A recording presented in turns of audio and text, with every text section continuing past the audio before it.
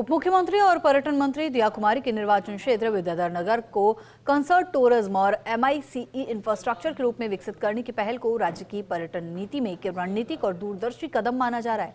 जहां यह परियोजना उनके क्षेत्र के लिए बड़ी सौगात होगी, तो वही जयपुर को भी वैश्विक इवेंट डेस्टिनेशन बनाने की दिशा में निर्णायक पहल साबित हो सकती है। देखिए रिपोर्ट।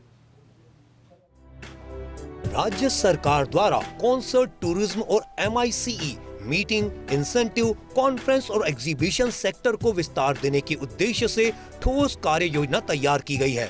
विद्याधर नगर में प्रस्तावित MICE सेंटर के लिए भूमि आवंटन की प्रक्रिया पूरी कर ली गई है और पर्यटन विभाग के नाम ऑनलाइन पट्टा भी जारी कर दिया गया है। साइट का निरीक्षण कर विस्तृत तकनीकी रिपोर्ट भी तैयार की जा चुकी है, जिससे परियोजना के क्रियान्वयन को प्रशासनिक और तकनीकी आधार मिल गया है। विद्याधर नगर को वैश्विक पहचान की तैयारी। प्रस्तावित MICE सेंटर में अत्याधुनिक conference hall, exhibition area, multipurpose auditorium और इंटरनेशनल स्तर की सुविधाएं होंगी विकसित, जिससे बड़े राष्ट्रीय और वैश्विक आयोजन जयपुर में होंगे आकर्षित। इससे पर्यटन गतिविधियों में आएगी विविधता।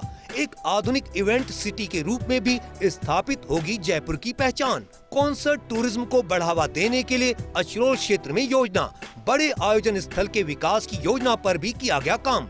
लेकिन 16 फरवरी 2026 को आयोजित उच्च स्तरीय बैठक में JDA ने किया स्पष्ट, कहा प्रस्तावित भूमि पहले से गोल्फ सेंटर के लिए आरक्षित है।